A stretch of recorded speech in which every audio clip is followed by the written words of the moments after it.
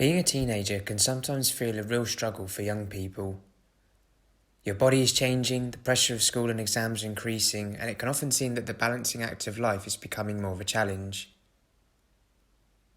And while that may be the case for many, I'm willing to bet that very few teenagers today had it quite as hard as 14-year-old Richard II did in the summer of 1381.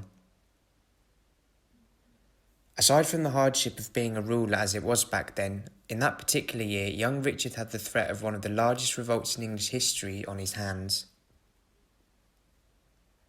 In May 1381, a simple tax collecting duty by an MP turned into a near countrywide uprising, resulting in thousands of deaths and the destruction of cities and towns across the nation.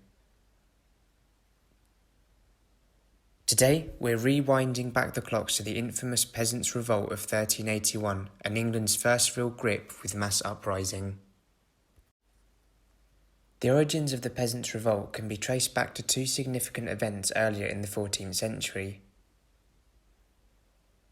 Firstly, the Black Death, which had ravaged Europe for 7 years between 1347 and 1353, caused a shortage of labour across England in the following decades. This allowed the remaining workers to negotiate better conditions and higher wages with landowners, which ultimately resulted in the profits of said landowners being eroded and the commercial networks between towns and villages falling apart due to rising labour costs. As a consequence of this, the Ordinance of Labourers and the Statute of Labourers were passed in 1349 and 1351, which attempted to fix wages back to pre-plague levels and punish anyone who refused to work. This interference by Parliament was highly unpopular and sowed the very earliest seeds of discontent amongst the general public. And secondly was the 100 Years' War that had begun in 1337 by Richard II's predecessor, Edward III.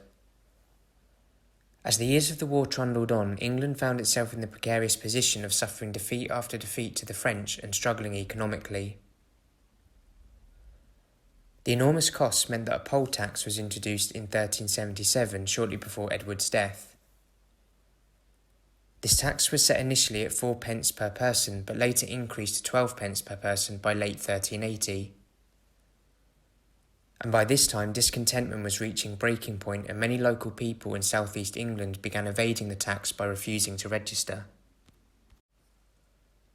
On the 30th of May, a Member of Parliament named John Bampton was called to investigate a non-payment of the poll tax. Bampton visited some local villages around the town of Brentwood in Essex for an explanation, but was confronted by a local representative named Thomas Baker, who claimed his village had already paid. When Bampton ordered for Baker to be arrested, local townsfolk armed with pitchforks, bows and swords chased him away, but not before 3 of Bampton's clerks were killed. The incident near Brentwood sparked the start of the revolt, and over the following days support for the peasants and those against Parliament was growing rapidly. In early June, the revolt had also ignited in neighbouring counties such as Suffolk and Kent, where it was led by Wat Tyler. On the 13th of June, the Kent rebels marched on London, where they massacred some local Flemish merchants and razed the palace of John of Gaunt to the ground. Gaunt, who was an uncle of the king, was highly unpopular and disliked around this time. On the 14th, King Richard went to meet the Essex rebels at Mile End, where promises of cheap land, free trade and the abolition of serfdom were promised. However, while these negotiations were taking place, other groups of Kentish rebels stormed the Tower of London, forcing its surrender and beheading the Chancellor, Simon of Sudbury, and the Treasurer, Sir Robert Hales, in the process. The next day, the king went to meet the Kentish rebels at Smithfield with the intention to broker a peace in a similar manner to the previous day. However, things quickly turned sour between the opposing parties and a scuffle erupted. Wat Tyler was cut down by a royal squire and the rebellion continued on. In addition to the problems taking place in London, other rebellions were erupting across East Anglia around the same time. On the 13th of June, John Raw, a leader of the Essex rebels, advanced on Cavendish and Bury St Edmunds, and then on to Cambridge on the 15th, sacking Corpus Christi College. On the 17th of June, Norwich too was attacked, resulting in the death of the mayor who had tried to negotiate a deal with the rebels. Smaller scale revolts also took place across western and northern England, but in general the disruption there was largely minor.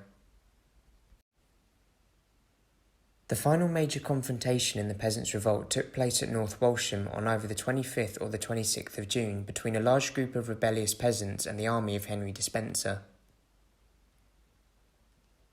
Despenser was a holy man from Norwich and nicknamed the Fighting Bishop for his part in the battle. It's unknown how many casualties occurred, but the result was in Henry's favour, in which his forces crushed the opposition in a clear and decisive victory. While smaller, localised scuffles continued over the following months between authorities and the last remnants of resistance, the Battle of North Walsham is generally considered the end of the crisis and the final nail in the coffin for any more potential uprisings. Looking back on the event, it's clear that the revolt didn't achieve many of its intended aims. Once the crisis was over, Richard II withdrew any promises he'd made, and the surviving leaders of the rebellion were executed over the following years. However, where it did succeed was in regards to taxation of the poorer classes, as no further levying of the poll tax was pursued by Parliament. It's also worth mentioning that the Peasants' Revolt may have been the very early origins of class warfare taking place in Europe, something that would ultimately become a much more common occurrence in later centuries alongside the rise of new anarcho-communist ideas emerging in the 1800s and 1900s. I hope you enjoyed this video on the Peasants' Revolt. Thank you to all viewers and subscribers, and I'll see you next time.